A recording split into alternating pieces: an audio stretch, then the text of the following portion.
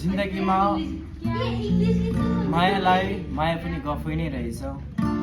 कसैले बाचाहरू गरे त्यो बाचा पनि झुटो नै रहेछ। कसैलाई विश्वास गरे धोका नै पाए, तर साँचो माया चाहिँ हाम्रो यीशुमा पाए।